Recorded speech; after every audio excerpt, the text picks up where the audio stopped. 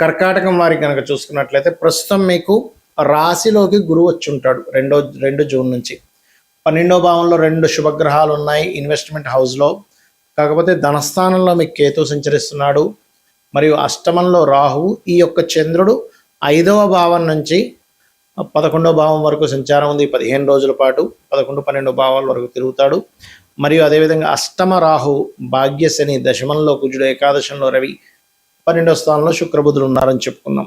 మరి ఈ యొక్క గ్రహస్థితిని అనుసరించి మీకు ఎలా ఉండబోతుంది, ఏ విషయాల పట్ల మీరు జాగ్రత్త వహించాలి, ఏ దేవత ఆరాధన చేయాలి అనేటువంటి అంశాలు చెప్తుంది నేనైనప్పటికీ చెప్పిస్తుంది సాక్షాత్ లలిత అమ్మవారిగా భావిస్తూ మీ కర్కాటక రాశి వారికి ఆ అమ్మవారి యొక్క అనుగ్రహం పరిపూర్ణంగా కలగాలని మనస్ఫూర్తిగా కోరుకుంటూ, ఇక్కడ మీకు ఎప్పుడైతే రాశిలోకి గురువు వస్తున్నాడో జూన్ 2వ తేదీ నుంచి, మనకి జూన్ 1 నుంచి 15 వరకు చెప్పుకునే ఫలితాల్లో 2 నుంచి వచ్చేస్తున్నాడు. కాబట్టి ఈ యొక్క గురువు సప్తమ భావాన్ని, భాగ్యభావాన్ని, సంతాన స్థానాన్ని వీక్షిస్తున్నాడు. కాబట్టి ఎప్పటి నుంచో వివాహ సంబంధించిన విషయంలో చాలా ఇబ్బంది పడుతున్నటువంటి మీకు ఈ గురుబలం వలన కర్కాటకం వారికి వివాహ యోగం అనేటువంటిది కలగనుంది.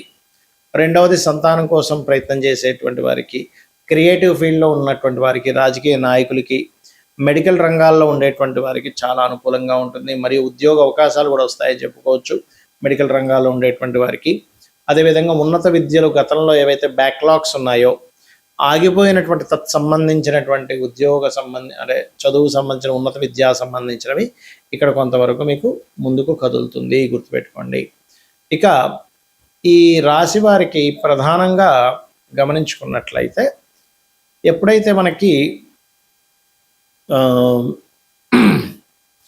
రాశి చక్రంలో 2వ భావంలో కేతు ఉన్నాడో, మీకు నిత్యము కూడా గణపతి యొక్క అష్టోత్తరం చేసుకోండి. తద్వారా కుటుంబ వ్యవహారాల విషయంలోని మరియు ధనపరమైనటువంటి విషయంలో ఇబ్బంది ఉండదు. మరియు ఓం ధర్మాధ్యక్ష, ధనాధ్యక్ష, ధనధాన్య వివర్ధని అని మహాని మంత్రం చేసుకోండి. మరియు అదేవిధంగా మరొక విషయం ఏంటంటే, వీటితో పాటు మీరు ఓం కామేశ్వర ముఖాలోక కల్పిత శ్రీ గణేశ్వరాయ నమః మంత్రం అద్భుతంగా పనిచేస్తుంది ఇప్పుడు మీకున్న ప్లానటరీ పొజిషన్స్ పరంగా చూసుకుంటే. అదేవిధంగా ఇక్కడ ఇన్వెస్ట్మెంట్స్ చేయడానికి మంచి సమయం. ఏదైనా ప్రాపర్టీ కొనుక్కుంటారు కూడా, ప్రాపర్టీ కావచ్చు, వాహనాలు కావచ్చు, గృహాలు కావచ్చు. మరియు కాస్త అష్టమంలో రాహు ఉన్నాడు కాబట్టి వాహనం మీద వెళ్ళేటప్పుడు కొద్దిగా జాగ్రత్తగా ఉండండి. అదేవిధంగా కొన్ని రీసెర్చెస్ కూడా ఫలిస్తాయి. కాకపోతే ఉద్యోగ విషయంలో మాత్రం ఉన్న ప్రదేశంలో కాకుండా ఇతర ప్రదేశాలకు వెళ్ళి ప్రయత్నం చేయండి. ఉద్యోగంలో కాస్త ఉన్నత స్థానాలు కూడా వెళ్తూ ఉంటారు. తద్వారా కొంతమందితో ఈర్ష్యాద్వేషాలు ఉండేటువంటి వారితో కొంత ఘర్షణ వాతావరణం కూడా ఉంది. ప్రమోషన్స్ కూడా లభిస్తాయి. బుధ శుక్రవారాలు ఇన్వెస్ట్మెంట్ చేయడానికి మంచి యోగంగా ఉంది, ముఖ్యంగా బుధవారము. ఇక మీరు చేయవలసినటువంటి దేవతారాధన కూడా సుబ్రహ్మణ్యేశ్వర స్వామి ఆరాధన చేయండి, అన్ని విధాలా బాగుంటుంది. మనకి ఈ గోచారంలో ఉండే గ్రహాల మూలంగా కూడా ఇప్పుడు చూడండి, సర్వసాధారణంగా మే ఎండింగ్ కల్లా అయిపోతుంది మనకి ఇప్పుడు కూడా ఎండాకాలం అనేటువంటిది. జూన్ నుంచి చాలా చల్లగా ఉంటుంది, కానీ ఈసారి అలా ఉండదు. ఆల్మోస్ట్ మే 23 తేదీ వరకు కూడా కుజుడు మేషంలో ఉన్నంత కాలము కూడా వేడి అనేటువంటిది ఎక్కువగా ఉంటుంది, గుర్తుపెట్టుకోండి. ఎండ తీవ్రత ఎక్కువగా ఉంటుంది. ఈసారి ఉండేటువంటి ప్లానటరీ పొజిషన్స్ వేరు. అలాగే కయ్యానికి కాలు దూతున్నట్టుగా ప్రతి దేశం కూడా ఏదో ఒక కారణం చదవండి. లాస్ట్ ఆల్రెడీ 2-3 నెలల నుంచి చెప్తూనే వస్తున్నాం, ఈ కుజుడు మారినా కూడా ఈ ఫలితం ఉంటుంది అని. ఆ రకంగా మరియు ఎప్పుడూ చూడనంత వర్షం, ఎప్పుడూ చూడనంత వాటర్ రిలేటెడ్ ఇబ్బందులు, అంటే చూడండి ఒకేసారి పెద్ద పెద్ద ఉప్పెనలాగా వస్తూ ఉంటాయి, అటువంటివి రానున్నాయి. కాబట్టి నీటికి సంబంధించిన, అంటే నీటి ప్రదేశాలకు దగ్గరలో, అంటే సముద్రాల దగ్గర, నదుల దగ్గర, మరియు మనకి చూడండి ఒక్కొక్కసారి లాస్ట్ టైం కూడా మన విజయవాడలో వచ్చింది చూసారా, ఆ ప్రవాహం కాస్త వర్షం ఎక్కువ రావడం వల్ల అటువంటి వాటి దగ్గర నివాసం ఉండేటువంటి వారు కాస్త జాగ్రత్తగా ఉండండి. మరియు నీటి మూలంగా కూడా వచ్చే వైరస్లు ఉన్నాయి కాబట్టి కాస్త కాచి చల్లార్చిన నీరు తాగుతూ ఉండండి. ఇక ఇక్కడ గోల్డ్ రేట్ అనేటువంటిది ఒక 1 year వరకు ఫ్లక్చువేషన్ అనేటువంటిది అవుతూనే ఉంటుంది, పెరుగుతుంటుంది, తగ్గుతుంటుంది. ఈ యొక్క ఇదైతే ఉంది క్లియర్గా. ఇక మరొక విషయం ఏంటంటే, ఒక రాజకీయ నాయకుడికి అతని పదవి మీద కొంత ఇబ్బంది పడే యోగం ఉంది, చాలా సీనియర్ రాజకీయ నాయకుడికి. ఎందుకంటే ఇక్కడ ఉండేటువంటి రవి ఉండే స్థితి, రవి రాశుల్లో ఉండే కేతు స్థితి ఉంది కాబట్టి రాజకీయ నాయకులు కొద్దిగా జాగ్రత్తగా ఉండాలి. ఇక్కడ ఎప్పుడు కూడా గోచారంలో మనకి గ్రహాల యొక్క మార్పుల వల్ల మన జన్మ జాతకంలో ఉండేటువంటి ఏవైతే భావం ఉంటుందో ఆ భావం యాక్టివ్ అవ్వడము లేదా డియాక్టివ్ అవ్వడం అనేటువంటిది జరుగుతూ ఉంటుంది.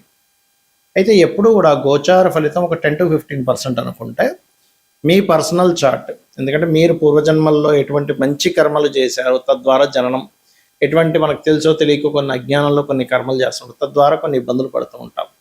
కాబట్టి ఎప్పుడు కూడా మీరు గుర్తుపెట్టుకోండి, మీ పర్సనల్ చార్ట్నే ఇక్కడ చూసుకోవాలి. అంటే మీ లగ్నం ఎలా ఉంది, లగ్నాన్ని బట్టే మనిషి యొక్క తత్వం ఉంటుంది. మీ ధనాధిపతి ఎలా ఉన్నాడు, అంటే మీకు ఏ మార్గంలో ధనం ఉంది, ఎప్పుడు మీకు ధనయోగం బాగా ఉంది, ఎప్పుడు కొంచెం ఇబ్బందికరంగా ఉంది అనేటువంటి విషయం చూసుకోవాలి. గుర్తుపెట్టుకోండి ధన సంబంధించిన విషయంలో. అదేవిధంగా మీరు తీసుకునేటువంటి నిర్ణయాలు ఎలాంటివి, అంటే మీరు ఒక ప్రయత్నం చేస్తున్నారు, ఆ ప్రయత్నం ఎందుకు అవ్వట్లేదు అసలు అంటే ఒక్కొక్కసారి ఏమవుతుందంటే ప్రయత్న స్థానము ఫ్రూట్ఫుల్గా ఉండదు. అంటే మీరు ఒక ప్రయత్నం చేస్తుంటే ఆ ప్రయత్నం ముందుకు వెళ్ళడానికి అది సహకరించదు. దాన్ని 3వ భావము అంటారు. ధైర్యము, సాహసము, దారిద్రము, పరాక్రమం ఇవన్నీ 3వ భావంలో ఉంటాయి. మీ 3వ అధిపతి ఏ గ్రహానికి వచ్చింది ఆ గ్రహానికి సంబంధించిన దీపారాధన మరియు ఆ గ్రహ అధిష్టాన దేవతని కనుక ఆరాధించినట్లయితే అప్పుడు మీరు ఏదైతే ప్రయత్నం చేస్తుంటారో ఆ ప్రయత్నం సఫలీకృతం అవుతుంది. అలాగే మనకి జ్యోతిష్శాస్త్రపరంగా గ్రహాలు ఎలా అయితే మనల్ని సేవ్ చేస్తూ ఉంటాయో అదే విధంగా మనకి ప్రత్యేకంగా చుట్టూ ఉన్నటువంటి, అంటే మనం ఎక్కడైతే నివసిస్తుంటామో ఆ నివాసం ఉంటున్నటువంటి ఇంట్లో 16 జోన్స్ ఏవైతే ఉంటాయి, 16 జోన్స్, ఆ 16 జోన్స్ కూడా మనల్ని రూల్ చేస్తూ ఉంటాయి. అక్కడ కూడా నవగ్రహాలు ఉంటాయి కాబట్టి నవగ్రహాలు, అష్టదిక్పాలకులు వీళ్ళందరూ ఉంటారు కాబట్టి వాటి యొక్క ఎనర్జీస్ కూడా మన మీద పనిచేస్తూ ఉంటుంది. ఎందుకంటే అవి స్థిరంగా ఉండేటువంటివి. ఒక ఇంట్లో మనం వెళ్ళామంటే అక్కడ ఉండే దోషం స్థిరంగా పెరుగుతూ ఉంది అలా అన్నమాట. కాబట్టి మీరు ఒక గృహం తీసుకునేటప్పుడు ఏ డైరెక్షన్లో ఉండేటువంటి గృహాన్ని మీరు తీసుకోవాలి. అన్ని డైరెక్షన్స్ మంచివే, గుర్తుపెట్టుకోండి. ఇక్కడ తూర్పు, పడమర, ఉత్తర, దక్షిణము, ఆగ్నేయము, వాయువ్యము, అదేవిధంగా ఈశాన్యము, అన్నీ మంచివే. 16 డైరెక్షన్స్ మంచివే. కాకపోతే ఇక్కడ ఏంటంటే మీకు ఏ డైరెక్షన్ పనిచేస్తుంది ఈజ్ మోస్ట్ ఇంపార్టెంట్.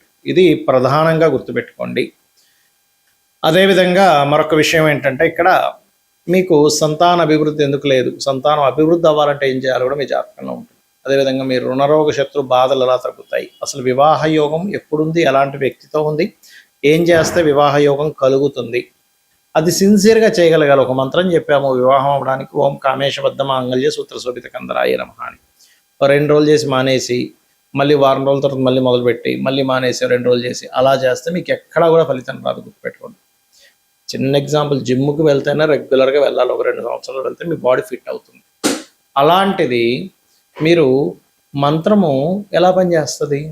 2 రోజులు చేసి మానేసి మళ్ళీ 3 రోజులు చేసి మానేస్తే పనిచేయదు. రెగ్యులర్గా రోజు చేసేటువంటి మంత్ర సాధన మీకు చక్కటి ఫలితాలను ఇస్తుంది, గుర్తుపెట్టుకోండి. అలాగే మరొక విషయం ఏంటంటే ఇక్కడ గమనించినట్లయితే మీరు ఎప్పుడూ కూడా మీ జాతక చక్ర రీత్యా, అంటే మీ యొక్క దీని పరంగా చూసుకుంటే ఎప్పుడు కూడా గుర్తుపెట్టుకోండి, మీ లైఫ్లో ఒక మంచి దశ అనేటువంటిది ఉంటుంది. ఆ మంచి మహాదశ ఎప్పుడుంది, మంచి అంతర్దశ ఎప్పుడుంది, అప్పుడు ఎక్కడా కూడా మనం రెస్ట్ తీసుకోకుండా పని చేయగలగాలి. అది అసలు మీకు ఆ సమయం అనేటువంటిది ఏదైతుందో మీరు రెగ్యులర్గా సంపాదించేదానికంటే ఒక 10 times ఇచ్చే టైం అంటారు దాన్ని, మహాదశ. అది ఒక్కొక్క లగ్నానికి ఒక్కొక్క గ్రహం ఇస్తూ ఉంటుంది. ఒక్కొక్కసారి కొంతమందికి 2-3 దశలు బాగా కలిసి వస్తాయి, కొంతమందికి ఒక్క దశ కూడా కలిసి రాకపోవడం, కొంతమందికి లైఫ్ లాంగ్ అద్భుతంగా ఉండడం, కానీ కొంతమందికి 1-2 దశలు కలిసి రావడం జరుగుతుంది. అదేంటో పట్టుకోగలగాలి. లేదా ఇప్పుడు నడుస్తున్నటువంటి మహాదశ బాగా యోగించాలంటే ఏం చేయాలో పట్టుకోగలగాలి. అంటే ఎలా చేసుకోవాలి? ఇప్పుడు నడుస్తున్న మహాదశ నాథుడు ఎంత పర్సంటేజ్ మనకు ఫేవర్ చేస్తున్నాడు? ఒక 20%, 30%, 40%, 50%, లేకపోతే 70% అనేది ఉంటుంది, 80%, 90%. ఇప్పుడు మిగిలింది ఎందుకు అక్కడ మనకి యోగించట్లేదు? దానికి సంబంధించినటువంటి రెమెడీ ఏం చేసుకోవాలి? చిన్న చిన్న దానాలతోని, ఒక మంత్రంతోని దాన్ని అధిగమించవచ్చు. సో ఇవన్నీ చేస్తూ అమ్మవారి అనుగ్రహాన్ని మీరు పరిపూర్ణంగా పొందాలని మనస్ఫూర్తిగా కోరుకుంటూ శ్రీమాత్రే నమః.